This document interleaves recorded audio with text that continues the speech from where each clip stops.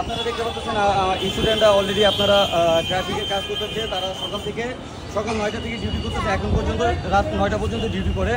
আর ওদের জন্য সবার জন্য দোয়া করবেন, যতদিন পর্যন্ত প্রশাসন না আসবে, আইনজীবীরা না আসবে, ততদিন পর্যন্ত আমরা কাজ করবো।